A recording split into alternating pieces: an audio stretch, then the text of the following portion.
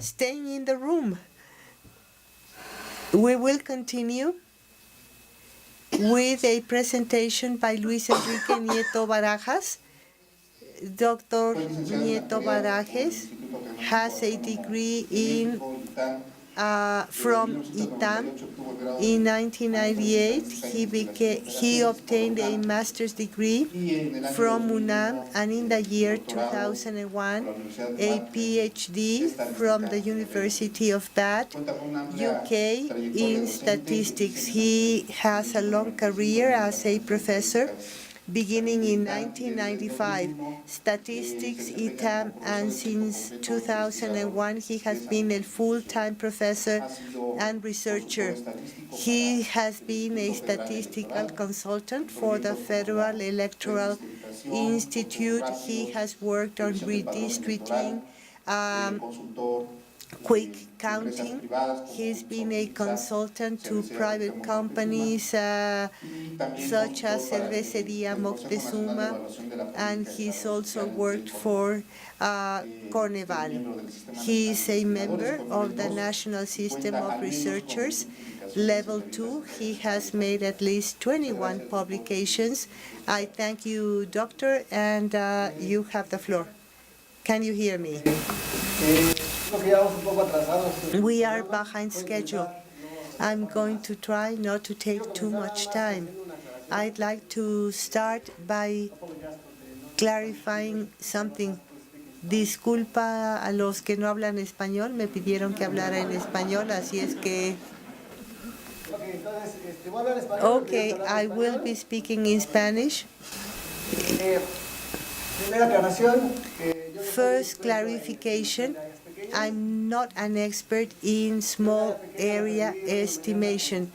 I just learned about small area estimation this morning with the 3 excellent speakers. I am specializing in non-parametric Bayesian estimation, and one thing I do is mapping disease. That is a tangential area to poverty mapping. So in general terms, I will be discussing what are the options, the Bayesian methodologies that can be applied to my area. I will first give you an introduction, 3 points and 1 example. The first point, the introduction, a summary of Professor Rao's presentation this morning, just to tell you what I'm going to be using, a very, very general Bayesian model that is going to be the main slide of my presentation. I will devote 10 to 15 minutes to it. Then initial distributions to supplement the Bayesian model, inferences, what packages are available, and finally a specific example from some consulting work that I did for CONEVAL on social policy, and I will discuss the challenges to estimate poverty indicators, because they want multidimensional poverty indicators. This is a big challenge. We have not seen this in the previous presentations. There are some technical problems to explain the models. I will tell you about low-income neighborhoods and the work that we have done there. We are going to consider a population or divided region in n dominions or areas, and we are going to have a super D, direct estimator that only uses dominion information. It may be based on models or not. Some only use sampling methods that use regression models, for example. And these estimators are the ones that take into account the sample design and expand the sample unit information with the weights that were determined during the sampling. So, this is a summary to take into account small area. As Professor Rao said this morning, it's small as far as sample. That is what is small. So, if the size of the dominion sample is big, then the area is big. If the size of the dominion sample is small, then the area is small. We have indirect estimators. These indirect estimators are the ones that are used for areas where we didn't get a sample size at the time the survey was made. These estimators are usually based on models. What the models do is to borrow information from the other areas for which there is information. Borrowing information is the main thing in this type of model for small area estimation. We are going to produce different types of estimators. In the previous presentations, we saw a combination of direct estimators, the sampling technique, and what is estimated through a model. Depending on the methodology used, we are going to have a compounded estimator. This is in terms of what I want you to understand first, to be able to understand the models that I will be discussing. Direct estimation will be our reliable source of information based on designs for areas for which we have information available. That's J. That is going to be the variable in the regression models that I will be sharing with you. That is going to be available for big areas, but not for small areas. Another source of information are explanation variables from auxiliary data, and also in the cases of the applications that we have seen, poverty, these are variables that come from the census. They cover all areas, all dominions used for inference, but the accuracy of these indicators is not good. The advantage of these explanation variables is that they are available for all of the areas. Now, in general terms, all of the models that we have looked at today, including M-quantile models, are mixed models.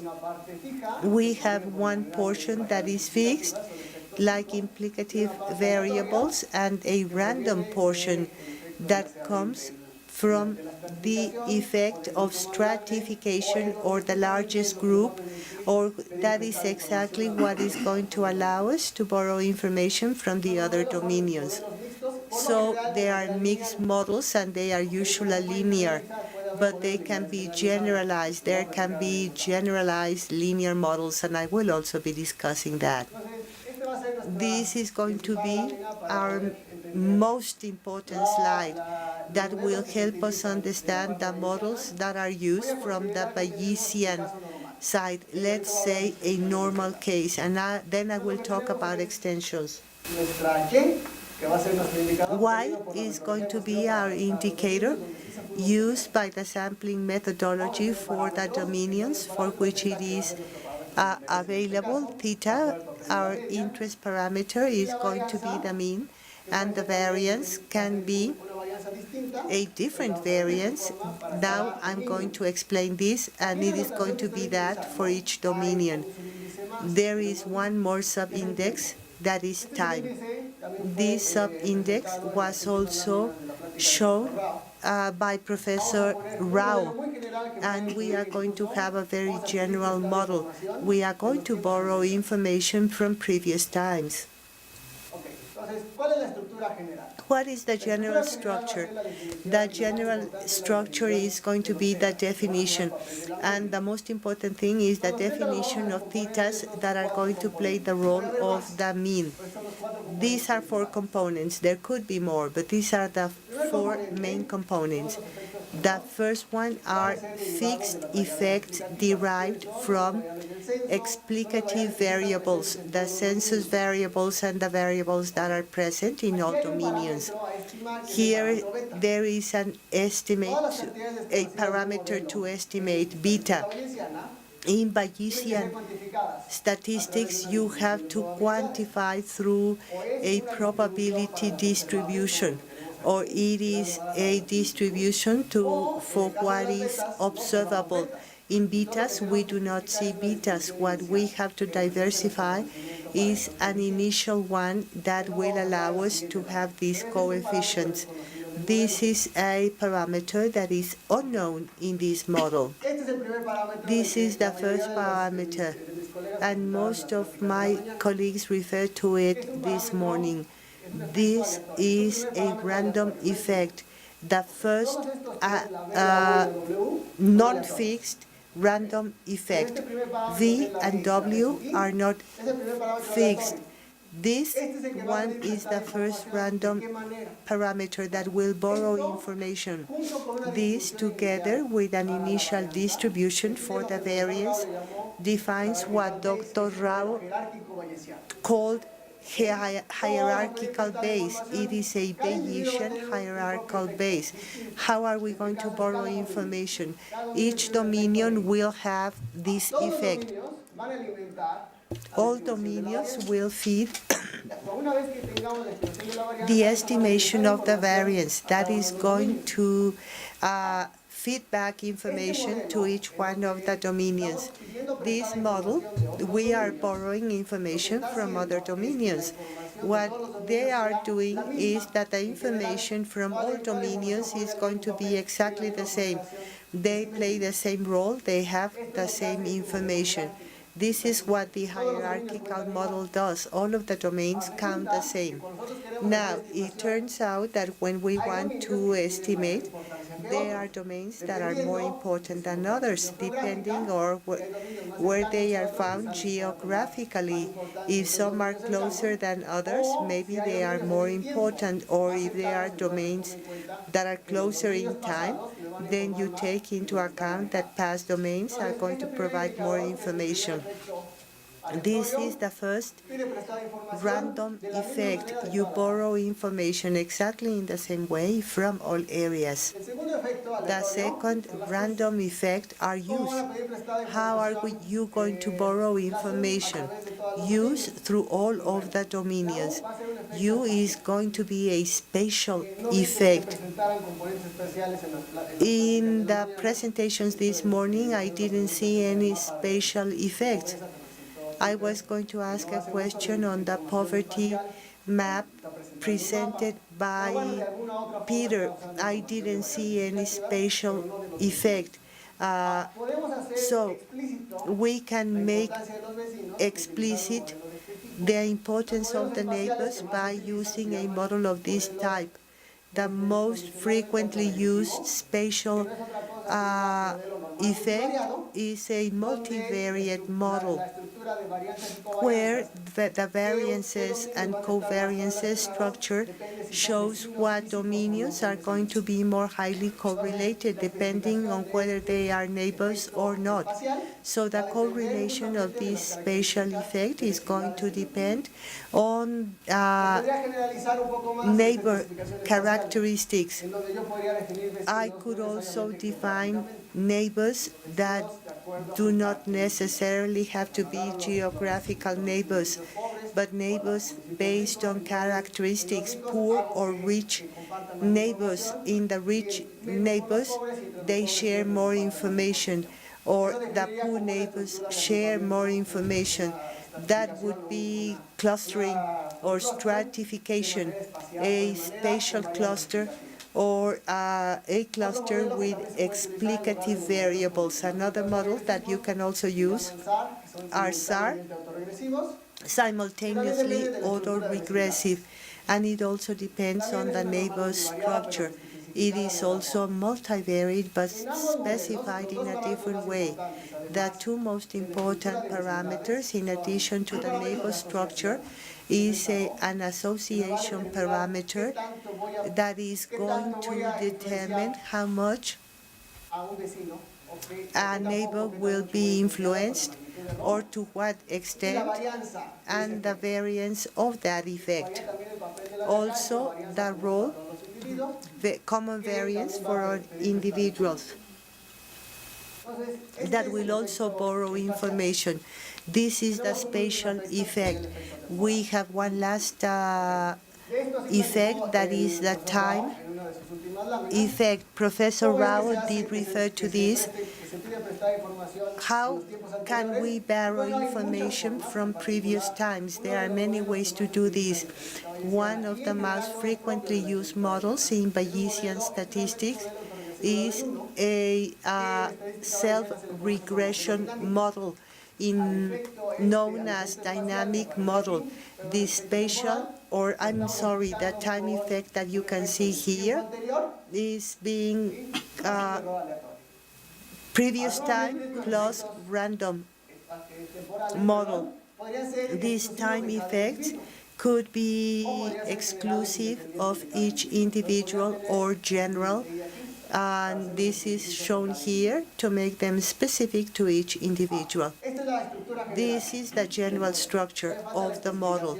We have to specify initial distributions, but before we go on to that, I will discuss some problems that my colleagues talked about this morning, how we can solve them with a generalization of this model. Number one, not all variables or interest indicators that we want to estimate have a normal distribution. The easiest thing is to use a transformation in such a way that the normal assumptions take place. If we have a dichotomic response variable, if there is food deprivation or not, then we can use the Bernoulli, or we can use a binomial one so that theta parameter can no longer be defined in this way. So this defines the linear predictor, and there is a link that can be used for this generalized model. So any other distribution, depending on the nature of the variable that we want to estimate, is going to be fitted or accommodated according to another specification of this model. What other generalizations can we make? Extreme observations, the outliers. Many robust methods have been suggested. How can we generalize this model for the presence of outliers? What we do, one option is to soften this assumption, but any other parametric assumption that I use is going to influence the value of my estimations and will not take into account the presence of extreme values. One alternative is to have a non-parametric assumption. Instead of using a regular specification, we are going to use a non-parametric model, such as the one that I have used. There is a huge advantage in order to be able to catch outliers. It is a tree for non-parametric distributions focused on a parametric model, but they allow deviations. These are models that are a bit more complex, but you can use them to be able to catch atypical observations.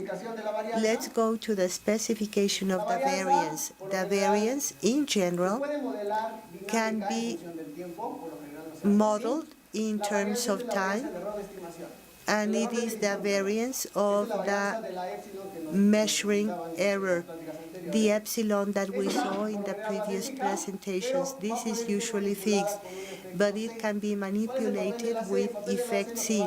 The role of C is how important is the observation that I have. in the estimation of my theta parameters. I have an estimation of y, and there is much uncertainty because the size of the sample is small. So what I do is to have a big C so that when it is combined with all of the regions, it will be lower. This is the role played by C. Now, what happens when we see an estimator of Z using this model? Well, our Bayesian estimation of theta is going to be a compounded estimator.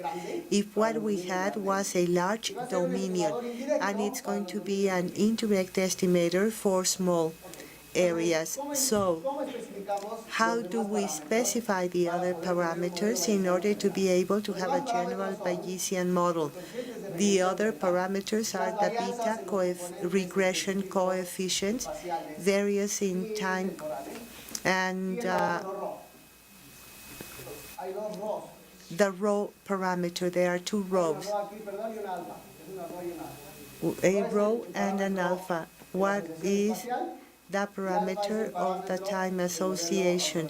Alpha self-regression parameter in time. So we can do this through the probability time distributions, and these we use them the most. There are several reasons of how are we going to set the initial distribution. The most practical way of doing this is by getting the last one and getting it in the more simple one. If we can get it in a simple one, if the first one has a characteristic known as being joined, and for this set, if the coefficients of the fixed effects are normal, at the same time we can represent the initial knowledge, and then the last distribution for the coefficient conditionally will also be this one. And we use the distributions, the gamma or reversed gammas for the variance effects, and the final distributions will also be the inverted gammas. This is not a joint, it's a set or conjugated. It's for the space, it's not conditionally conjugated. This parameter will give us a final distribution, but final distribution is more complex, and we need other parameters in order to receive the information that we need for the row. And so how do we come up with the latter inference? You combine the observables through the simility. You use them, you combine, you get the final one. It's very simple, but when you try to get the inferences, then things get all complicated. Most of the inferences in the models that are slightly complex and they're Bayesian, we do it through something known as the Gibbs sampling. The Gibbs sampling is an MCM, which is Monte Carlo via the Markov chain, and I get a characteristic from the chain, and I use it from a sample. This is the standard methodology. Where can I implement a model of this nature that will give me an estimate using a Gibbs? There's several packages. They're quite simple. You know R doesn't estimate Bayesian directly, but it can connect to others that do so, like OpenBox. OpenBox is a package wherein you can include the features of this model, such as time and space features, the hierarchical elements. You can include everything into this package, and the package gives us a sample of the final sample of what the entire chain is. Everything is done internally. We don't have to program anything except but to tell them what model. Yes, we do have risks because we don't know if what we're going to get is what we wanted to get. So the best thing to do is to get the full conditional distributions that we need to implement the Gibbs sampling and implement this. For the application that I will show you, and we used it with the CONEVAL poverty, I did it with R, but I determined the distributions to make sure that what we were receiving was the right thing. There is one more important characteristic. In addition to getting the parameters estimators, we will have the random, which is the non-observable. The time and space variables are not observable. You have to estimate this. In frequent statistics, what you do, well, I'm not sure what you do because I've never done it, but what you do is to integrate the random effects so you can define the similarity and you can have then the parameters that are the betas and the sigmas and the rho. And by doing so, the random effect is just integrated. In the case of the Bayesian statistics, we can get then the estimate of the random effects. This will improve our estimates significantly. And so now what happens with these small areas, those areas where we don't have any Fs? And how are we going to work with them? By similarity won't be complete because there are Ys that I don't have them. So how can I manipulate them under the Bayesian model? This is done very simple, in a simple fashion if you use Gibbs. Any variable that you don't have, you get it through its corresponding distribution, because these are observable variables that I haven't observed. I'm going to predict them through something known as a posterior distribution. And the small areas and these Ys will be received through predictive distribution through the Gibbs sampler. So naturally, in addition to estimating the parameters of the model, we'll get the prediction. And we'll get the estimators, the thetas of the Bayesian estimators, so we can come up with the estimation of the areas where we didn't have any information. I'll go on to the application. In general terms, this is the Bayesian model. If you pay attention, it's the same description that we've heard the former speakers describe. However, these include an additional step. We are proposing the initial distribution for the unknown parameters, and distribution is done through Gibbs. That's the final distribution. Now, application. What is the specific poverty application for CONEVAL? There's several elements worthy of covering. The first element is that poverty in Mexico is not measured through a one single dimension. It's not having a low level of income. We use 6 more. Ricardo spoke about one, which is hard to measure, which is social. So you have income, you have deprivation of food, you have housing conditions, social conditions, access to, many more, at least, there's a whole bunch of them. Having said this, there's a whole bunch of them, and they'll come up on a slide. So what will you do? We'll be working with the small area estimations in 7 dimensions. Dr. Rao was speaking about working with a model per variable. Now, creating a model per variable, if we do that, I think that means we'd be wasting time. Why so? Because the 7 poverty indicators are highly correlated. At the municipal level, their correlation is above 0.7. So an indicator for a domain that I do have is going to be applicable to all the other domains and for all the other variables because of such a high correlation. So the most appropriate thing is to have the multivariate model. In addition to working with the timely estimates, which is what you do with the frequent estimates, we'll be working with intervals so we can have the elements that we need.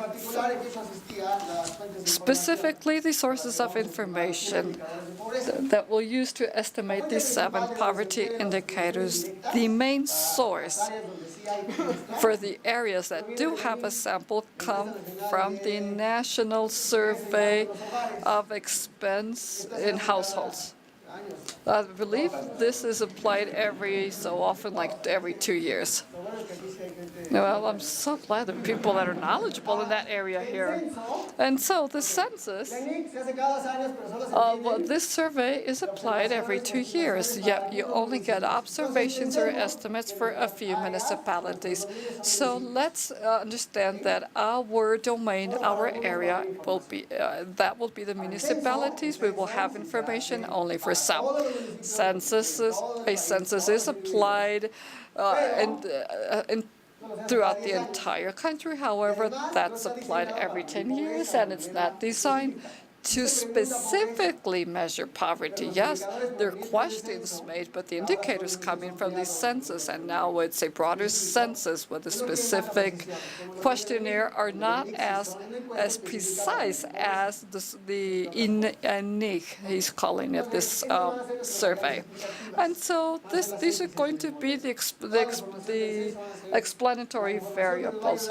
We get the information from the census to help us determine the poverty indicators for the small areas, and this vis-a-vis the ENIC did not come up with a sample. And now we talk about the state of Veracruz, and so I still have a lot of time, right? Great.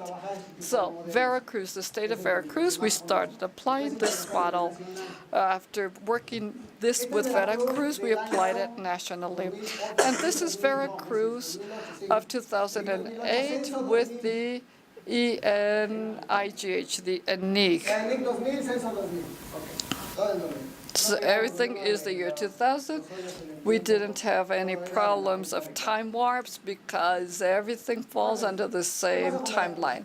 And so what's happening in Veracruz? Veracruz has 210 municipalities. That's 210 domains, and we wanted to estimate our poverty factors. Out of 210, ENIC had a sufficient sample size to get direct estimates in 46 of these 210. The percentage of information is 22%. And so for the remaining 78%, we had to draw inferences. We had to work with estimates.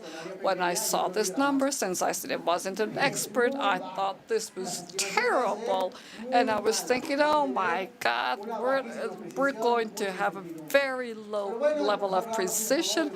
But Professor Rao gave us this magical number this morning, and he said 30%. And I was thinking, oh man, we're not doing that bad, are we? We're actually doing pretty good. And so 22 is kind of like 30 anyway. And so Professor Rao also gave me other tools that I didn't have at the time to justify the information, because the CONEVAL folks didn't want to do this at the municipality level. They wanted to do it per household. Yeah, whatever. And so Professor Rao already told me how to answer. You can't. You can't, and you can, because this 22 is going to go to a 5%, so forget it. And so the domains of interest, like I said, are the municipalities, and the response variable, which will be the estimates for the domains with which we do have information, is a 7-dimension vector. And I'll tell you how we built those in a moment. And of those 7 dimensions, we want them applicable to the 210 municipalities. We have an interest parameter vector. This is going to be multivariate. It won't be only with the coefficient, but it's one per variable, and at the same time, each is a vector, vector B. And so this is a matrix, and I know this notation is rather strange, but believe me, it's a matrix. And so the explanatory variables will also be a matrix. And so what is the model that I took into account to work with the estimate for the 7 dimensions? We have a multivariate response vector, we have a coefficient matrix, this is it, and we have a variance and covariance matrix. And we have a very important assumption here. This can't be a normal assumption. You have to be careful. Why? Because of these 7 indicators. We'll see how you build them. One is income. And these gives us positive reals, and you have to transform it to get a positive. Well, that's always easy. Most of the time, a logarithmic transformation works, but the other 6 indicators, which are dichotomic amounts, is rather complicated. And so in an aggregate fashion at the municipality level, what we have is a ratio of number of people with deprivation. It's a ratio, and this ratio, which are the other 6 dimensions of this vector, so it can satisfy the normality assumption is impossible, so you work with transformations. There are many transformations that you can work with. The most simple one is a logistic one that will at least satisfy the support of normalcy. This doesn't mean that it will have a normal distribution, but at least it will help support. And so now we have a multivariate normal for the 7 domains and the transformations. We have a variance and covariance matrix. We have a scale factor that will determine the importance of each observation within the data, and this is the explanation. The coefficient matrix times an explicative matrix times a specific effect. He corrects himself, plus a space effect. And so we have the specifications. This is for space, and this is a self-regressive defined from the neighbors matrix for the effects we use in a hierarchical distribution with a constant variance. And now we'll go into the specs, the specifications. But there's something else I'd like to speak about here. Well, this is the multivariate case, and each domain has a random effect, but this domain can be different per variable. There's no reason why it has to be the same one in all 7. But what I did was take into account one single effect that was common to all the variables. And this is why you have a 1. I'm expanding it. This is why vector 1 dimension 7, so we can expand this to the 7 variables. But you can consider a multivariate one. So instead of having a univariate, you can have a multivariate, which is a different effect per domain. Yes, you can do that.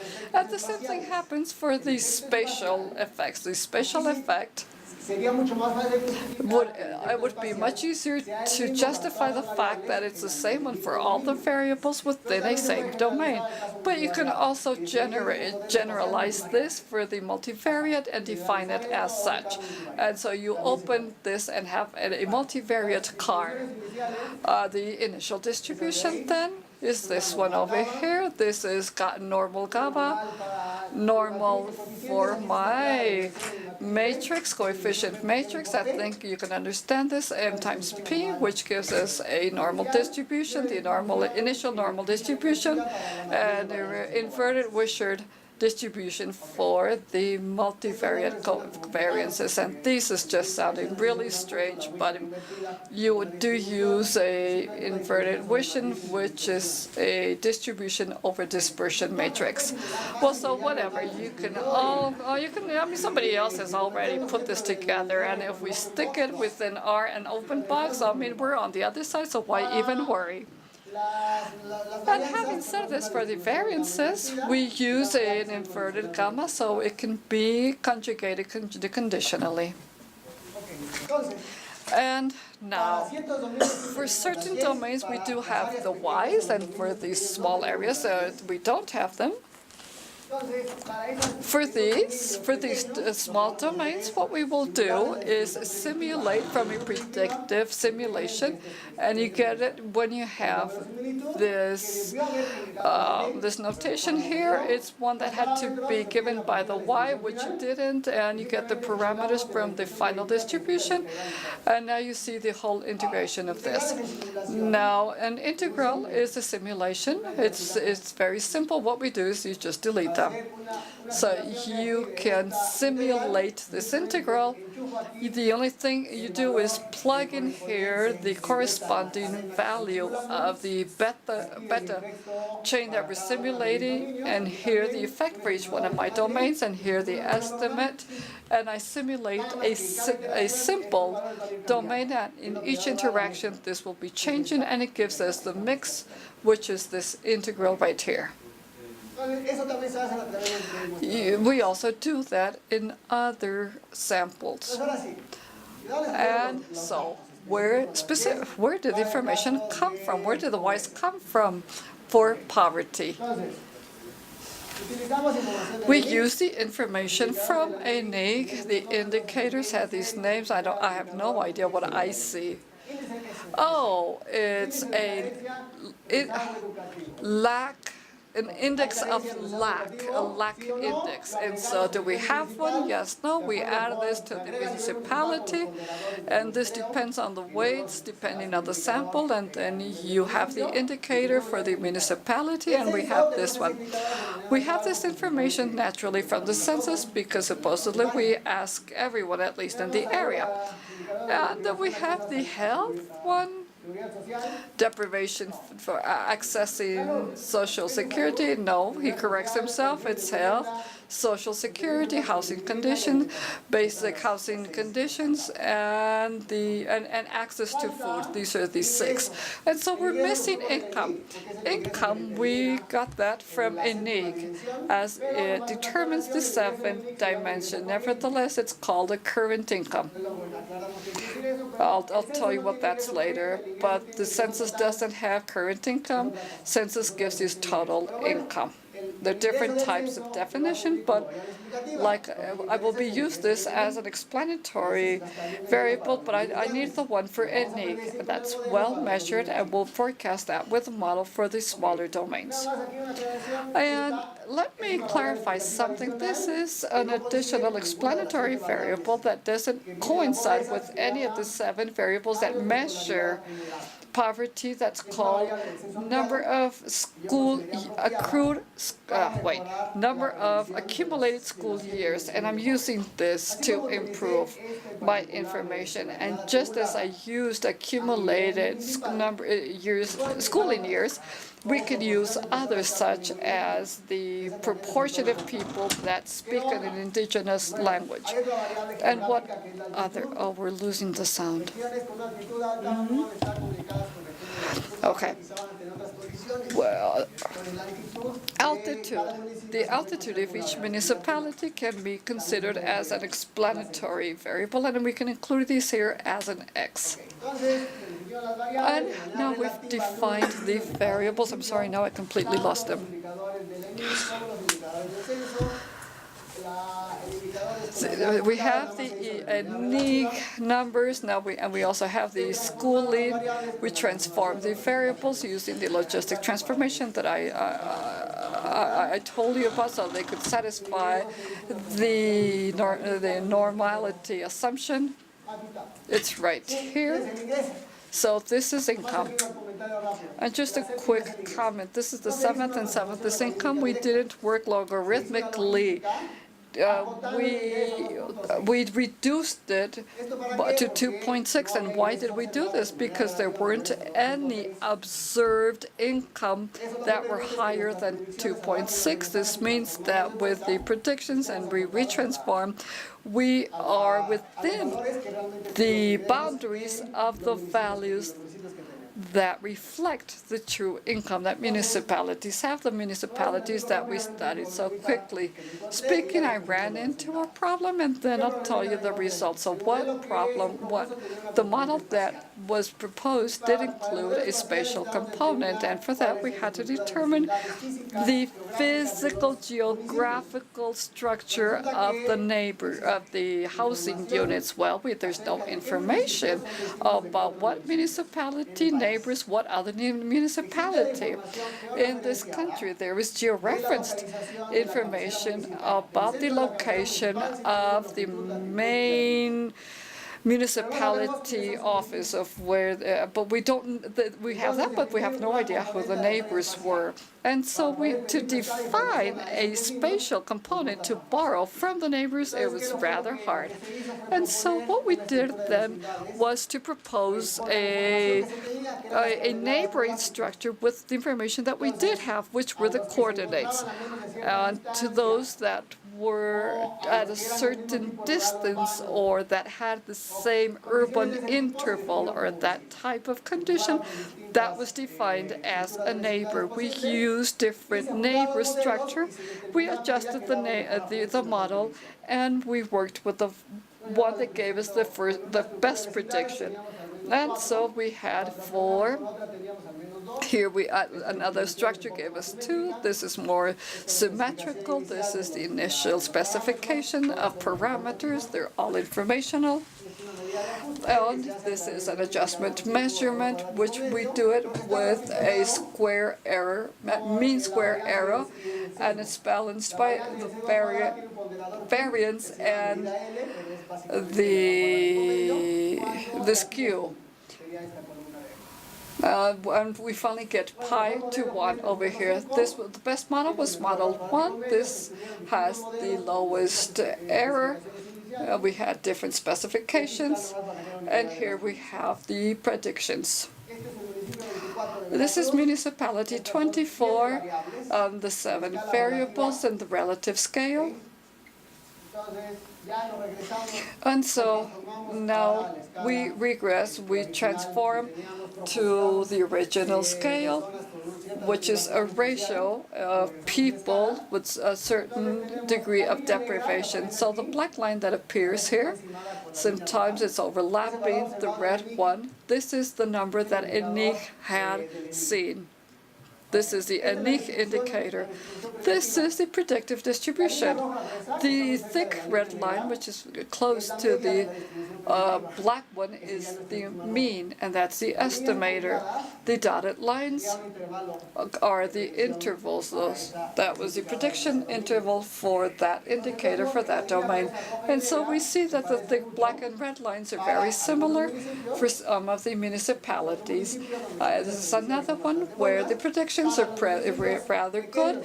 And for those smaller municipalities where we didn't have any observation, well, we all believe what the model says because that's the prediction, and according to the theory of borrowing information. And so now we can predict the social deprivation maps, and we have the social lagging. These are the lagging areas. Areas in the mountain are highlighted likewise as suffering high educational backwardness. Over here is more information, but current income is reverse.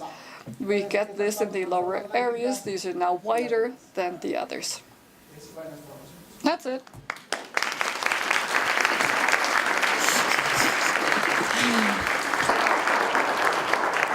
Doctor, muchas gracias por compartir eso. Well, thank you so much for sharing this.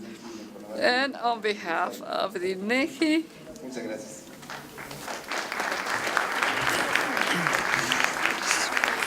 Brevemente, si Well, tuviera alguna pregunta sobre does anybody have any questions? en todo caso, después de esto, doctor, sí.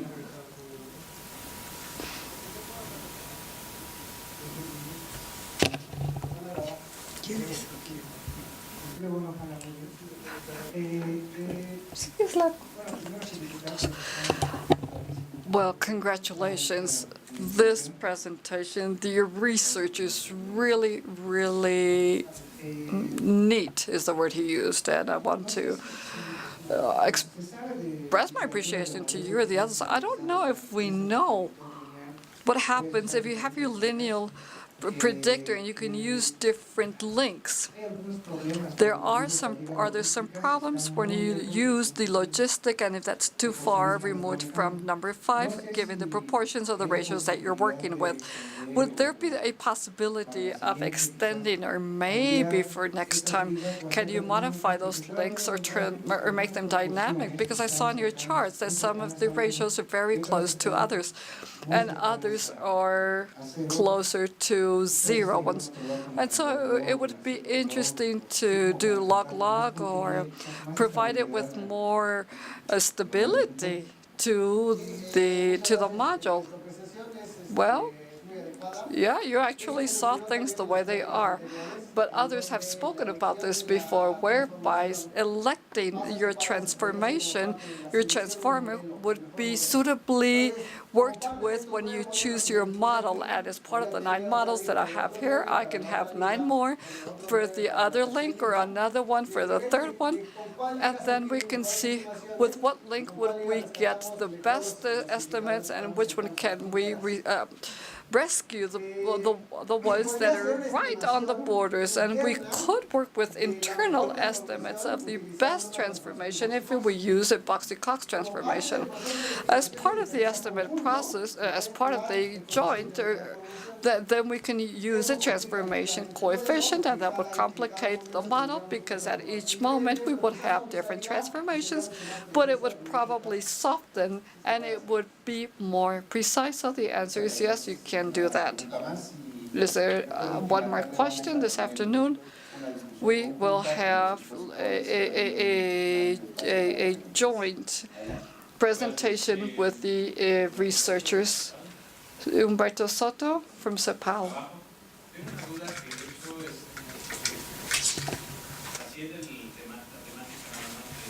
I have a question.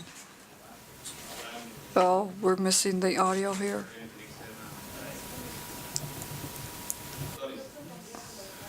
I'm sorry, his audio's cutting. Profesor Rao tiene otra pregunta. Bueno, la planteo brevemente. So you're estimating in the map, and you're showing municipality estimators that are represented in the census, some are not. No, everything's in the census, but they're not all in the INEG. Right, so it's only some from the INEG, so the estimates has elements that are different vis-a-vis the other. And so, for public policies, how valid would it be to implement a public policy in a municipality that does have INEG information and apply another one that doesn't have INEG information if the estimator is statistically not as valid? Well, that's great. Why don't we leave that for after lunch? Okay, Professor Rao has another question here.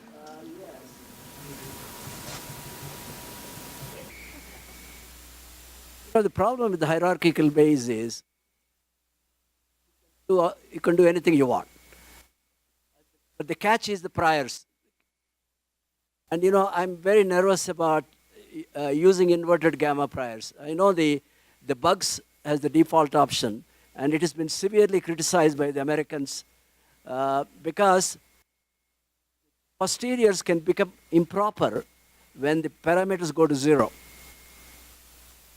Prior distribution, those parameters go to 0, posteriors can go to improper, which means it's very sensitive to the choice of people have fooled around putting a small 0.001, 002, but when it is 0, it is improper. I mean, there is a discontinuity there, and you've got to be careful.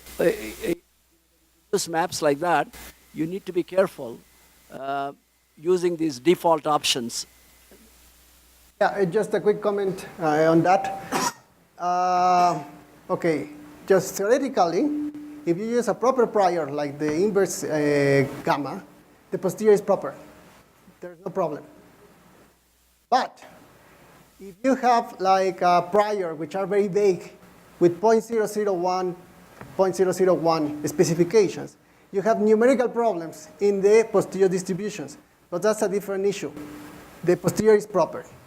So we have to be careful. I agree with you. When I do my own programs, when I program the MCMC, I am very careful in putting very vague 0.001, 0.001 gamma, inverted gamma priors, because I have numerical problems. So what I do is to put a prior that is vague, but it's good enough not to have numerical problems in the posterior. Yes, so there's an issue there that you have to take care of. So that means if the prior is proper, the posterior is proper. Even if you don't have data, yes. see, any prior you like, because your inferences are going to depend on the choice of the prior. That's correct. So that is the reason they go into non-informative priors. Okay. That's correct. Sell the Bayesian method, you will have to do non-informative priors. And that is where the problem comes with the inverted gammas. Put 10,000 for the parameter,